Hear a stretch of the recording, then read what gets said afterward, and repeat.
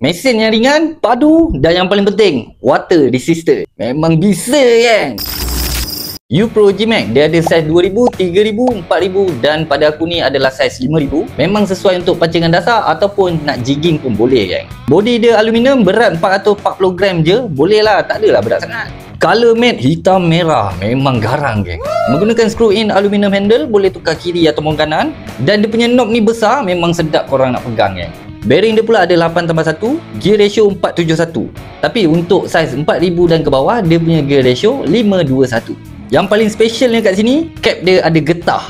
Dan kat sini pun ada getah juga. So dia dah seal. Benda ni bertujuan untuk menghalang air masuk ke dalam reel. Nak mancing laut dengan sungai pun boleh, tapi lepas mancing wajib kena bilas dengan air paip. Kalau tak bilas, memang karat juga geng. Max drag 9 ke 14 kilo, nak tarik tong gas pun tak ada masalah dengan reel ni. Dan kalau cair, begini bunyi dia.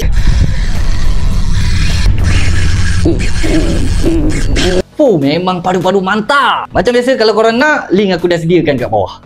Racun jangan bisa sangat.